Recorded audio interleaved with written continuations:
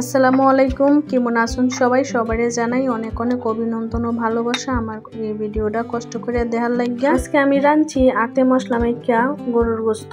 এমনি গরুর গোস্ত রাঁধলে কিন্তু খুবই মজা হয় আর দেখতেও খুবই ভালো লাগে। প্রথমে আমি কিন্তু কিছু সরিষার তেল দিয়ে লাইছি, কারণ সরিষার তেল দিয়ে আমি তরকারিটা রাঁধতুম। সরিষার তেল দিয়ে তরকারিটা রাঁধলে খুবই ভালো লাগে। আর এনে কিন্তু আমি গোস্তটিরও ধুয়ে লাইছি, আর গোস্তটি ধুয়ে আমি তেলের মধ্যে গোস্তটি আগে দিয়ে লাইতাছি। এরপরে আমি অনেক দিয়ে লাইম কিছু পেঁয়াজ কাটতে তুইছিলাম, ছোট ছোট কুটি লইছিলাম, পেঁয়াজটি দিয়ে লাইছি। আমি সবজি পেঁয়াজটি আগে দিয়ে লাইম, কুটি পেঁয়াজটি আগে দিয়ে লইয়াম। আমার পেঁয়াজটি কিন্তু দেওয়া হয়ে গেছে গা। ওখানে আমি এক এক করে আরো মশলা দিতে লাইম। ওখানে দিতেছি কিছু রোন বাটা। রোন দিয়ে আমি বাইরটা আগে ফ্রিজে থুয়ে দিছিলাম, এলে গিয়ে কালারটা ফাইলতে গেছি গা, কিছু মনে হরিণ না যে। আর ওখানে আমি দিতেছি কিছু পেঁয়াজ বাটা। পেঁয়াজ বাটা দিয়ে আমি কিন্তু কুটি পেঁয়াজটি একটু কমাই দিছিলাম। তরকারির মধ্যে অতিরিক্ত পেঁয়াজ দিলে আবার তরকারি কিন্তু টক হয়ে জায়গা। ওখানে আমি দিলাম কিছু জিরা বাটা। জিরার লগে কিন্তু আমি আদা, তারপরে এলাচ, দারচিনি সব একবারে বাইটটা লাইছিলাম। এলেগে কিন্তু আর আলাদা হইরা দেখাইতারছি না, আমি একবারে বাইটটা একবারে দিয়ে লাইতাছি। আর কদ্র অনেক পানি আছেন বাটির মধ্যে, মশলার ইটাও কিন্তু দেলাইছি। আর দেলাইতাছি পরিমাণ মতন লবণ। লবণ আমি দিছি প্রায় 1.5 চামচ পরিমাণ, কারণ লবণটা এরকমই লাগবো। এরপরে আমি মনে দেলাইতাছি মরিচের গুঁড়া আমি দিছি 4 চামচের 3 চামচ মরিচের গুঁড়া। গরুর গোস্তটা একটু জাল জাল হলে আমার তো খাইতে ভালো লাগে। এরপরে দিতাছি হলদির গুঁড়া। হলদির গুঁড়াও দেলাইছি 2 চামচের মতন দিছি হলদির গুঁড়া। সবজি মশলা দেওয়ার পরে ওখানে আমি দিয়ালাম একটুখানি ধনিয়ার গুঁড়া। ধনিয়ার গুঁড়াটা দেওয়ার সময় ভিডিও হতাম মনে নাই। পরে এটা কিন্তু আর আমি মাইকে লইতেছি। আমি কিন্তু হাতে মাখছি না, হাতে মাখলে আমার হাতটা ভীষণ রকম ভাবে জ্বলে।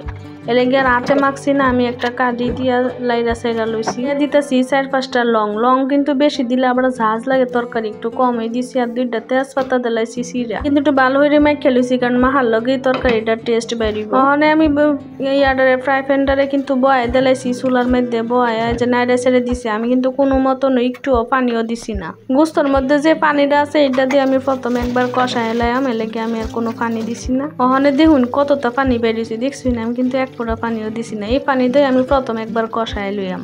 এই যে আমার কিন্তু কষানিটা হয়ে গেছি গা, তেল উইটা পড়ছে মশলাতে। অনেক কিন্তু আমি আরেকবার এই যে সাইডে একটু গরম পানি বয়ে দিছিলাম, গরম পানি দিয়ে দিলাইছি। না এটা আমি আরেকবার একটু কষাই লইয়াম। গরুর গোস্ত, হাঁসের গোস্ত যদি এমনি 2-3 বার হইরা কষাই লাইন, তাহলে কিন্তু তরকারিটা খুবই মজা লাগে। পরে এমন মজা লাগে না, কুয়াটার মতনই নাই গা। আমার তো খুবই ভালো লাগে এমনি রানলে। আর অনেক দিলাইছি কয়টা আলু। আমার ঘরে আবার আলু ছাড়া কেউ আবার কিছু চিনে না, অনেক গোস্তর মধ্যে একটু আলু দেওয়ানোই লাগে। এটাও কিন্তু আমার কষানি হয়ে গেছি গে, যে 2-3 বারের মতন কিন্তু আমি কষাই লাইছি। অনে আমি আবার ঝোল দিলাইতাছি তরকারির।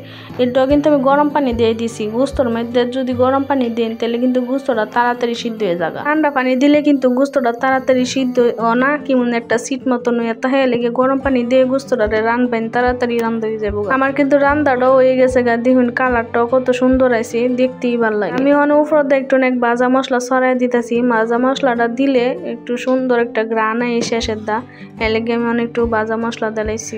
আমার অনেক একটা ভুল হয়ে গেছে গা, চুলার থাকতে দিতাম মনে নাই গা, নামাইছি। পরে মনে হয়েছে কি আর করার, মনেরই ভুল। মানে আমি একবার একটু চুলার মধ্যে দিয়া পরে একটা ফাগুর তুলালাম, তাহলে আমার রান্নাটাও কমপ্লিট হয়ে যাবে। আনহেরাতে যদি আমার এই রান্নাটা ভালো লাগে, যদি আনহেরার ভালো লাগে মনে যদি চা, তাহলে আমার একটু সাবস্ক্রাইব করে দিন। যে যদি ভালো লাগে, আর ভালো না লাগলে দেওয়ার কোনো দরকার নাই।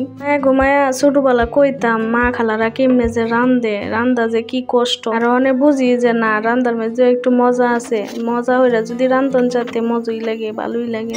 আর কিছু বাহি নাই, একদমই শেষ আমার কাজ কাম। দিন কালারটা কত সুন্দর লাগতেছে, যেটা দেখতে সুন্দর লাগে এটা কিন্তু খাইতেও মজা লাগে।